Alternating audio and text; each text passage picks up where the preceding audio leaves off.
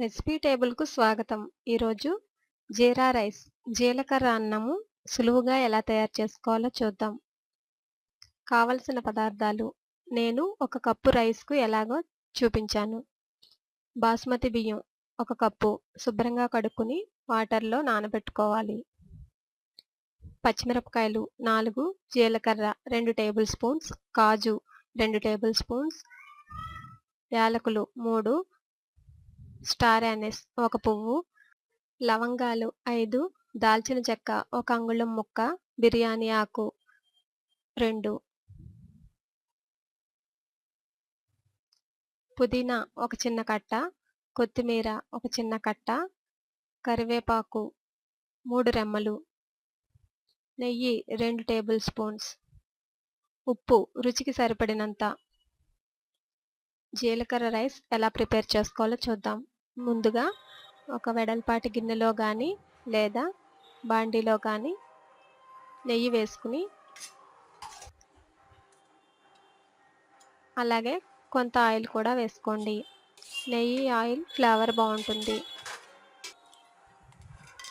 కాగిన తర్వాత దాల్చిన చెక్క, లవంగాలు, స్టార్ యానిస్, బిర్యానీ ఆకు వీటిని వేసుకుని వేయించుకోవాలి. ఒక 2 నిమిషాల పాటు స్టవ్ మీడియం హీట్లో పెట్టుకుని వేయించుకున్న తర్వాత పచ్చిమిరపకాయలు వేసి మరొక 2 నిమిషాల పాటు వేయించాలి.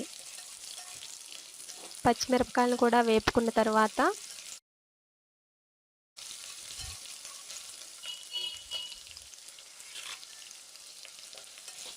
జీలకర్ర అలాగే కాజు కూడా వేసుకుని వేయించాలి.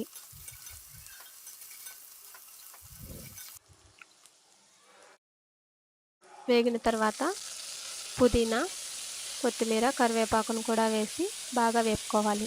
పుదీనా వేయడం వలన ఫ్లేవర్ బాగుంటుంది కనుక వేసుకుంటే బాగుంటుంది. తర్వాత నానబెట్టి ఉంచుకున్న బియ్యంను ఈ బండిలో వేసుకోవాలి. బియ్యం 1 కప్పు అయితే 2 కప్పుల వాటర్ వేయాలి. ఇవి బాస్మతి రైస్ కనుక కరెక్ట్గా ఉండేలా చూసుకోండి, లేదంటే రైస్ మెత్తబడుతుంది. వాటర్ని మరగబెట్టుకుని ఉంచుకోవాలి. 1 కప్పు బియ్యానికి 2 కప్పుల వాటర్ వేసుకోవాలి. నేనైతే 1.5 కప్పు బియ్యం వేశాను కనుక ఇక్కడ మీకు 3 కప్పుల వాటర్ వేస్తున్నాను. అలాగే జీరా రైస్లో మసాలా దినుసులు ఏమీ వేయక్కర్లేదు, ఫ్లేవర్ కోసం నేను వేశాను. ఇప్పుడు తగినంత ఉప్పు వేసి ఒకసారి గరిటెతో బాగా కలుపుకున్న తర్వాత మూత పెట్టి స్టవ్ హైలో పెట్టుకోవాలి. స్టవ్ ఫ్లేమ్ హైలో పెట్టుకుని ఇలా మరుగుతున్నప్పుడు మూత తీసి ఒకసారి గరిటెతో కలుపుకొని మూత పెట్టి ఇప్పుడు స్టవ్ సిమ్లో పెట్టుకోవాలి.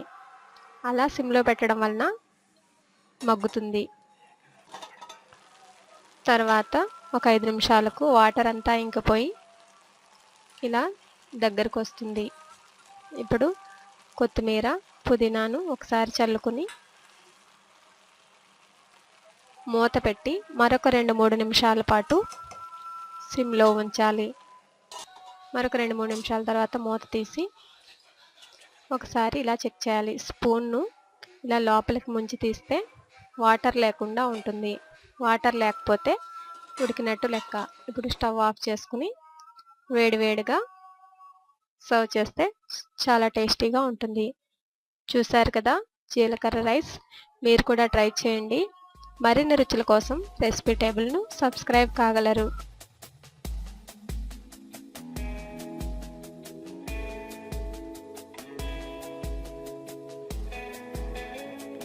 ధన్యవాదములు.